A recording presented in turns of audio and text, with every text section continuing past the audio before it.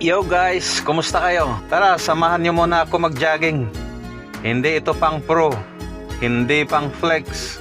Gusto ko lang gumalaw kasi lately parang puro upo na lang ako.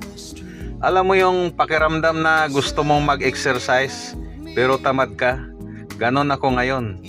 Pero sabi ko nga sa sarili ko, kahit konti lang basta lumabas. Hindi ko goal maging mabilis.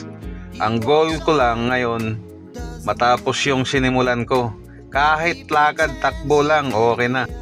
Unang minuto pa lang, hingal na agad, pawis na, mabigat yung paa, tapos may boses sa utak mo na nagsasabing, sige na, uwi na tayo. Pero habang tinutuloy mo, may kakaibang nangyari. Parang yung stress mo, unti-unting naiiwan sa likod. Yung bigat sa isip, gumagaan kahit kunti. Dito ko na-realize na parang buhay din ang jogging. Hindi kailangan mabilis, hindi kailangan perfect.